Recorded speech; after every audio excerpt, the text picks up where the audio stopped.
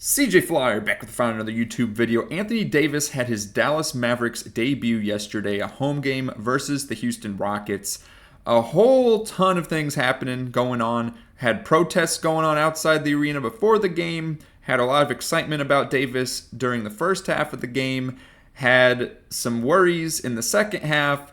And then after the game, there were some comments made by a particular individual that is part of the Dallas Mavericks organization regarding the Luka AD trade. So a lot to talk about in this video. Let's go ahead and start breaking it down. First and foremost, I wanted to show some clips and some pictures from the protests yesterday. They started at around noon, and I believe they went until the end of the game and a little bit afterwards. So a lot of fans getting together and sharing their dislike or their hatred, so to speak, of the Luka trade.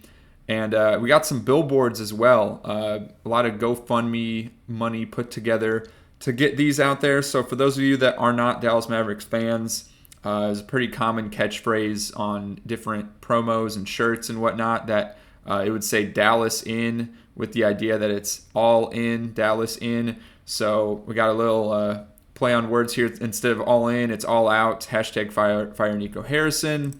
We got another billboard here. He was supposed to have a statue. Loyalty never fades away. Just kind of talking to how Luka, received, Dirk passed the torch on to Luka in 2018-2019 season. And Luka was supposed to be the next Dirk for Dallas, so to speak. The next guy, the next, all-time player to be with the Mavs for the next, 10 to 20 years.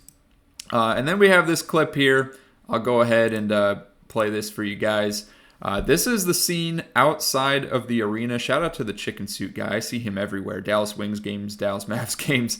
But there is a lot of people here, and honestly, I wasn't sure what to expect. A lot of reporters were saying earlier in the week that they were afraid for the players and front office's safety due to the protests. To be honest, this seems very mild, very safe as far as, violence is concerned or potential safety risks are concerned. It's just a lot of angry fans, but no one's really like throwing fists or anything, just sharing their displeasure with things. So a ton of signs here. I'll go ahead and pull up a higher quality image of some of the signs. You see, you got Nico with the clown nose. You got Fire Nico or we riot. Lines have been crossed. MFFL. My franchise fumbled Luka. That's a pretty good one.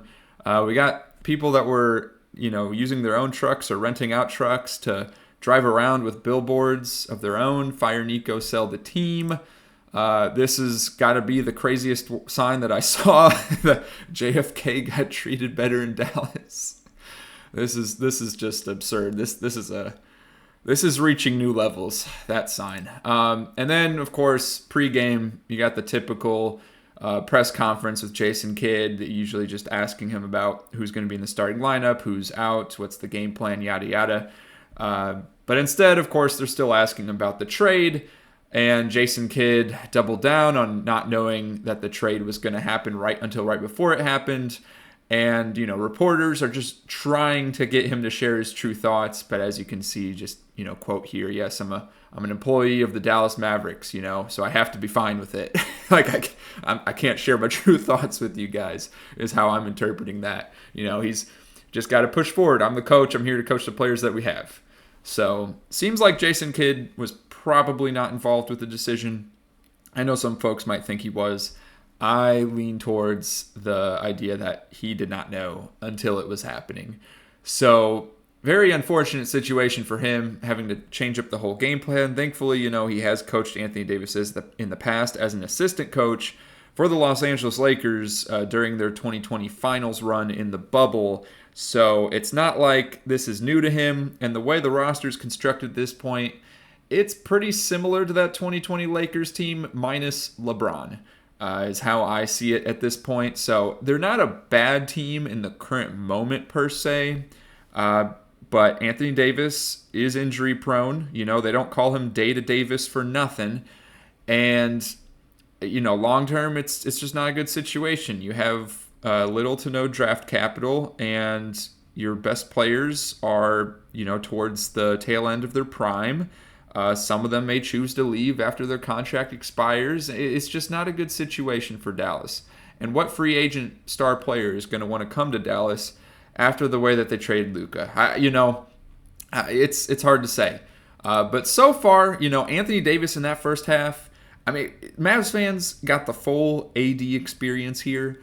Looked like the GOAT, the best player to ever touch a basketball out there on the court. Like, just absolutely incredible stuff. I mean, he was throwing lobs to Gafford. He was catching lobs from Kyrie. He was hitting contested threes. He was backing down, Şengün and other Rockets players. He'd have 2 or 3 guys on him and still dunking on all of them. He'd have Rockets players scared to put up shots against him, getting numerous blocks. I mean, he's just doing everything out there, which is kind of what you expect from Anthony Davis when he's healthy. And you could tell that the vibes on the court, this is something I really didn't account for with this trade. My first impressions in the first couple days that this trade happened was that, players like Klay would be very upset given the fact that he came to Dallas to play with Luka specifically. Kyrie, he's had issues with prior teams' ownerships that he's played for. And I kind of felt like, being blindsided by this trade, he might feel a certain way, and he's going to be a free agent this summer. And he very well could still walk this summer, especially if the Mavs choose that, decide they don't want to pay him, which I could definitely see happening. But, we'll see what happens. Let's get through this season first. But the vibes were immaculate, to say the least.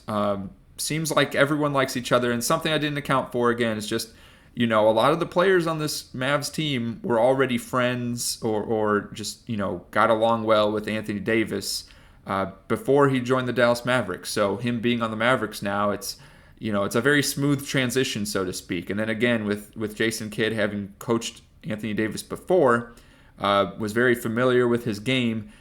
Very smooth transition. Didn't look too rough at all, to be honest with you. And we look at the stats.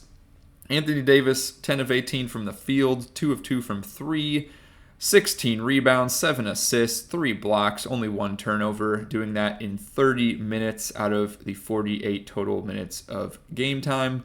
And the reason he did not play more than, 30, 31 minutes, he got injured in the third quarter. So, like I said, Mavs fans got the full AD experience. And I just want to follow up on what I said earlier.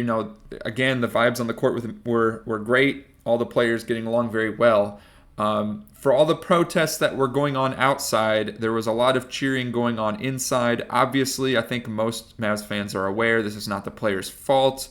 Not going to, boo the players or criticize the players on this. But apparently, allegedly, so to speak, fans were trying to bring in signs into the arena that said, quotes along the line of "sell the team," "fire Nico," "we miss Luka." Apparently, anyone that had any kind of a sign like that or anything written on a shirt like that was told to remove the sign or the shirt before coming into the arena. Otherwise, they were not allowed in. So, the Mavericks doing everything to make sure that there's absolutely no criticism of Nico Harrison or Mavs ownership inside that building. Which, from a marketing standpoint, sure, I guess, I don't know. It's kind of ridiculous to me. I get it, but I also think it's just very soft. It's a very soft move by the Mavs organization. That and the fact that Nico Harrison was not present at the introductory press conference for Anthony Davis, Max Christie, and Caleb Martin. I just feel if you're going to make a trade like this, you got to own up to it. You got to put your foot down, stand on business, so to speak, and stand behind your decision instead of being a coward and hiding. And I just think it's ridiculous. But anyways, so AD gets hurt in the third quarter. Mavs were up by nearly 20 points at one point in this game, and the lead started to slowly whittle away. The Rockets were coming back, but the Mavs managed to pull out the victory. So good job by the Mavs to get that win, despite AD's injury. And it was reported afterwards that Anthony Davis, he said he felt a little spasm with his prior abdomen injury. It's nothing serious. He's going to be okay. According to Lakers fans online, this is the typical AD experience. He will be playing great in the first half. He'll get hurt, and he's either out for a month or he's going to be right back in. So I guess in this situation, he was right back in. I also find it funny that Mavs PR is posting stats and highlights right now to try to calm the fans. So Max Christie, shout out to Max Christie, unbelievable player. And he seems like a good dude too by the interviews and everything. He seems like a very likable guy. Finished with 23 points in this game, hitting 3-pointers like none other. He's been outstanding his first few games as a Maverick. So shout out to Max Christie. Moving forward, after the game, in the aftermath of all of this, the AD injury, finding out he's going to be okay. So far in the past week, we have not heard a whole lot from Mavs ownership, right? They came out and made the statement that they're not planning to move the team to Vegas, but otherwise haven't really heard a whole lot. And now we got Patrick Dumont, the governor of the Dallas Mavericks, finally making a statement. And before we show the statement they made, I just want to give a little background on the guy. So Dumont grew up in Brooklyn, grew up in a basketball family, got a mechanical engineering degree from Johns Hopkins, an MBA from Columbia. He was in investment banking. He worked at a couple of firms, one of which Bear Stearns.